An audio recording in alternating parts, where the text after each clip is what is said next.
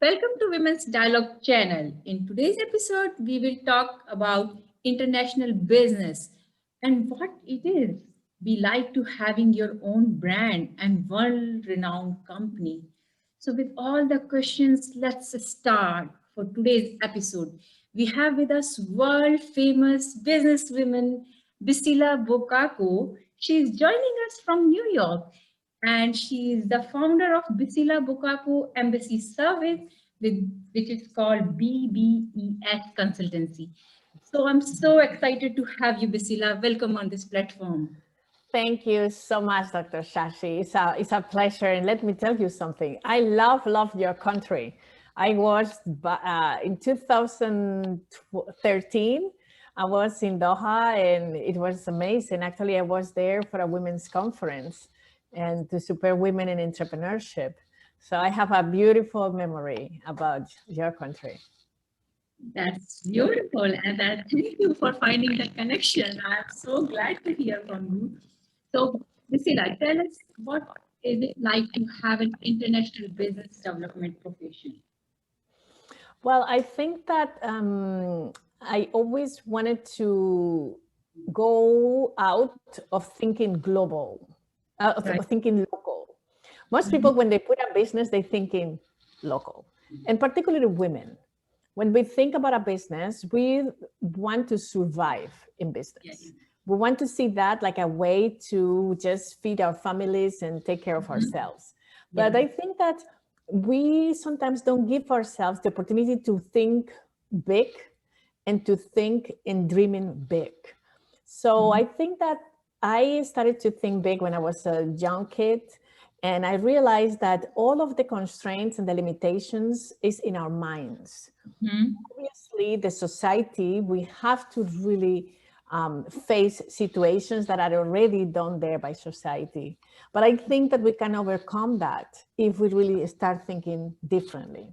So, of Right. course, I have to go through many different things, being a Black woman and Mhm. born in a country where there is no diversity, like it's the case of Spain. I was always a unique person. And a lot of people tell me, you're not going to do this. It's impossible for a Black person to do this. It's impossible for a woman to do this. And Mhm. in reality, if you accept that, that becomes your destiny. But Mhm. I don't want to accept that. I Mhm. wanted to just be that person that could think global and do things global. So when I put my business, it was thinking about how could I help companies to go Mhm. from local to global, to start also thinking the same way that I think. So what we do in BBBS is basically when you have a business, it could be a food business, fashion business, electricity business, recycling business, it doesn't matter.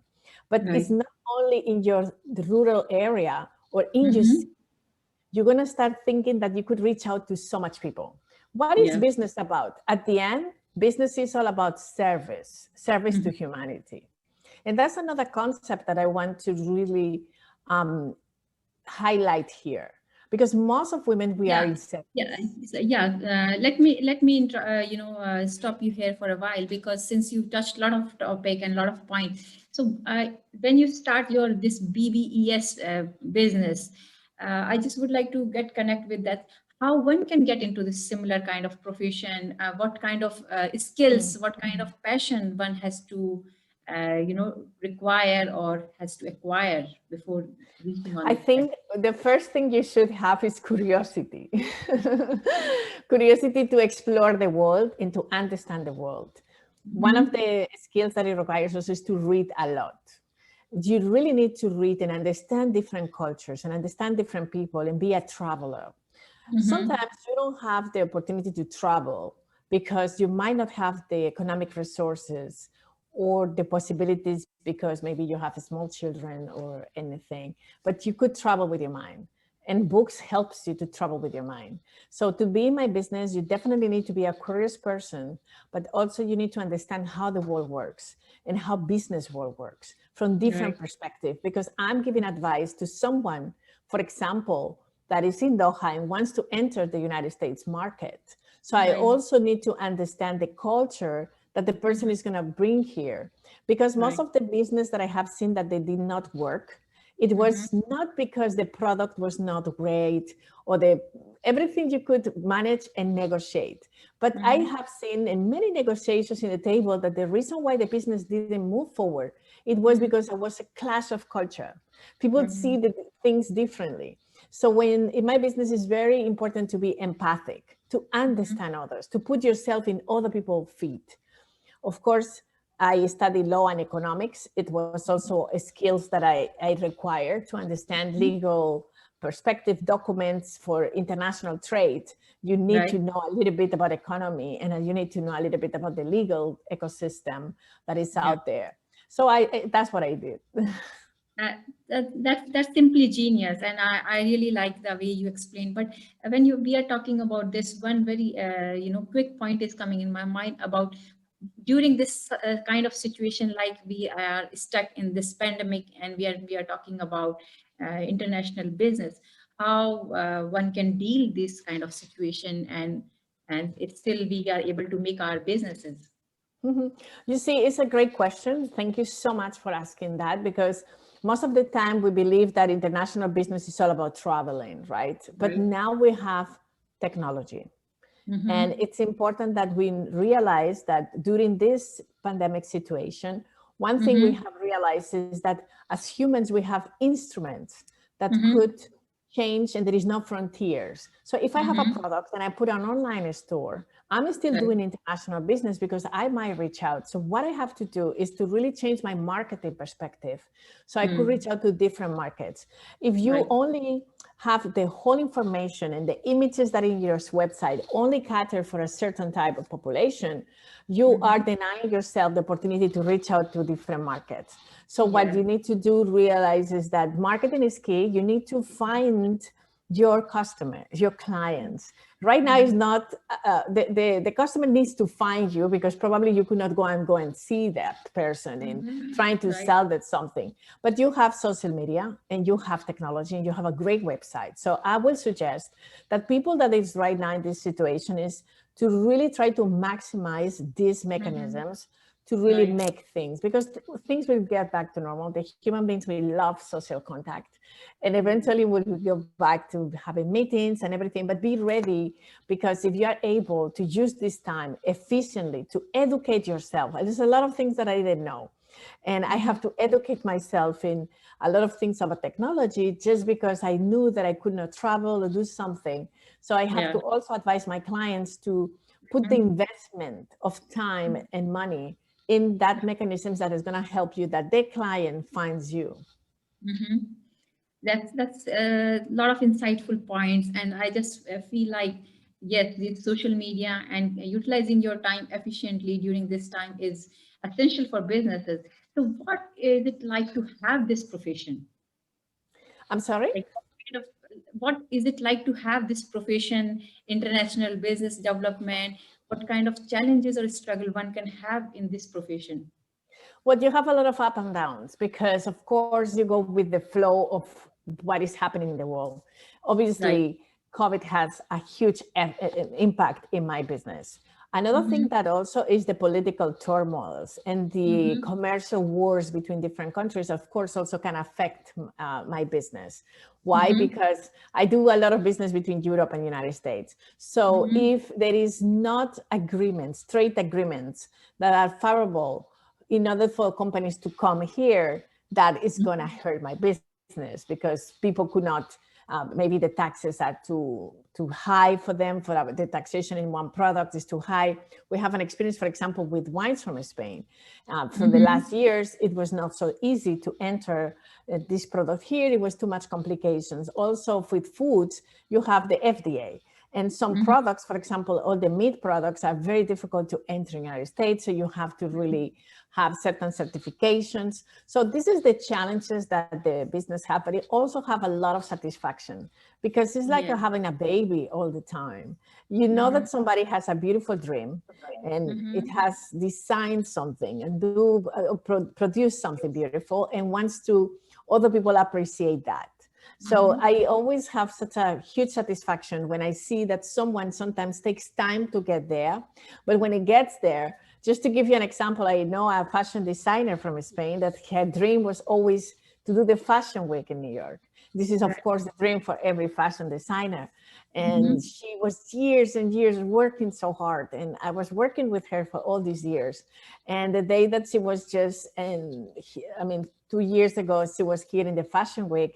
For me, it was just amazing because I was helping her to deliver that dream. And Yes. this is really what gets me going, because Mhm. obviously sometimes it's super hard. And Yes. when a company has a problem, it's also your problem. If they Yes. have economic problems, they do also have economic problems. So you go with them. But it's beautiful because you walk hand by hand Right. with the dream of someone. Yes, definitely. I totally agree with this point. The level of satisfaction when you feel in your field and in your business when you see your clients are, they are growing and developing. So that satisfaction can't replace with other things. Definitely, that's true. So at the same time, when we are talking about like your lot of businesses and all, and you was touching the point about wines, and we got to know that you started your business as Bisila Wines. This field is very male dominated and male centered. So how you decided and find your niche in it? It's kind of interesting for us, and we are really inquisitive to know about that. Well, in reality, the whole idea was not my idea. It was my brother' idea. And I think that because I was always helping so many companies from Spain to develop their wines. And I learned so much what it's all about. Wine is all about culture. It's about a way of communication, a way of living. And I decided, okay, I want to tell the story of a woman also through wine. And I want to tell the story of a woman who is from everywhere, but is Mhm. from nowhere. Right. It could be from anywhere. So I think this is why Bisila Wines started, because I wanted to do a feminine wine, a wine that is easy to drink, that people feel, that you could be around the table with your girlfriends and enjoy a great wine and just have the same experience and feel also Mhm. sophisticated, elegant. And if Mhm. you see, the label also has an African woman, and in the label, just representing like it's the mother. Mhm. That we're born also to creativity, that we're born Mhm. also uh, to this world to do something. And I think this is the story. I wanted to tell the story through wines too. Mhm. Yeah, definitely. It's inspirational, and it is like cracking the, icing on the cake and cracking the male-dominated system, which is we feel like always it's for male-centered businesses, or this is the female center. So it's really inspirational, and at the same time, just like we would like to know about a part of about your businesses, as you are philanthropist by heart as well, and you run Bisila Bokako African Literacy Project, which is called BBALP. It's a non-profit organization dedicated to promoting African literacy and education. So it is so impressive to know all these information. So just tell us something about it, how it is working and benefiting people. Well, I think that the key for my own freedom was the books. And my parents, they don't know how to teach me to be African, because Mhm. I was born in Spain from African parents, and they didn't want me to lose the connection with my roots and I forget where I'm coming from. So the Mhm. only way they saw that they could help me to understand my culture was through books, because at that time we were not able to travel to Africa from Spain. Right. And when I made my first trip to Africa, I was already 35 years old. And I realized that, wow, I know Africa because of the books. I'm sure other people could know also about the world through books. So Mhm. this is when the whole idea started, and we created the first library in Ghana. Mhm. And we built the library there, and it was an amazing project. And then we went to Kenya, we went to Uganda, and just 2 minutes ago I was speaking with a project in Equatorial Guinea, and we're going to make something about to really promote the love of reading among children, but also among the families, because we realize that when the parents read, the kids read, because they learn by seeing what you do. And also, how many stories it's Yeah. great that we connect to. And people, particularly our elders, are all libraries. because if you have grandparents, you know that that wonderful stories that they tell you from the past also help you to know yourself better, and it helps you to build your future. So this Right. is a little bit of the message that we want to give through African Mhm. Literacy Project. It's not Right. only also about the books, it's also about the storytelling. Mhm. Yeah, that's beautiful, and that's really wonderful, and I hope it's really benefiting a lot of people, a lot of children to see that similar kind of dream and reach on their purpose and goal like the same way like you saw one day. So it's really inspirational. And thanks a lot, Miss Bisila, for sharing your story with us on our channel to inspire and empower others. It is really stimulus and forceful to motivate and to inspire others. Before going, I just would like to ask any tip for other women to start their own business or develop their passion? I think the first thing is that you need to believe in yourself. Most of women, we have so much talent and power, but we don't know that we have it. And the thing is that normally when another woman tells you that you are valuable, you start believing. So my advice for women is support other women. Put always the hand for other women to come up. It's very important, the power of mentorship. Women, we need reference points to look at and look up. So I think that for any woman who wants to be in business, it's good also that you find yourself a mentor, somebody who could help you to walk the walk, because they already walk that and they Right. could be helpful for that. Also, don't be afraid. Don't allow that your fears really stop you. All of the questions that I get always is, I have no money or I have not the knowledge to start a business. That should not be your story. You don't Mhm. need money, you don't need knowledge to start a business. In Right. reality, you need the will to do the business because you're going to educate yourself as you're doing it. I didn't know anything about wines. I was not even a wine drinker. I don't know anything. I just, know what I like. But I realized that you learn by doing, and I make a lot of mistakes, a lot. I almost lost my company several times, but this was my lessons learned. So Mhm. don't let that this setbacks just take you out of your way. When you believe in something, just keep going. And also, another thing that I would love to do is that always be surrendered by people who uplift you. Don't be in a circle that people put you down. Choose carefully your friends and the people. Even if you have to distance from your family because they don't believe in you and they're telling you that your dream is not going to happen, sometimes self-care is to put boundaries and just distance yourself. Your only job with the family is to love them. This is what you have to do. You need to love your family. But if they're not supporting you, it's not against you. You still have to love yourself and keep going. Wonderful and beautiful message. Just keep your boundaries and make your choice by your will. Don't by your people. That's beautiful message, and I believe people will take it in the same way, and they will inspire, motivate, and to get courage to have their own beautiful journey ahead. That's it for today's episode. I will come back with a new episode, interesting stories, and motivation for a successful life. If you like this episode, do like, share, subscribe, and click the bell icon button. Thank you for all of you for this.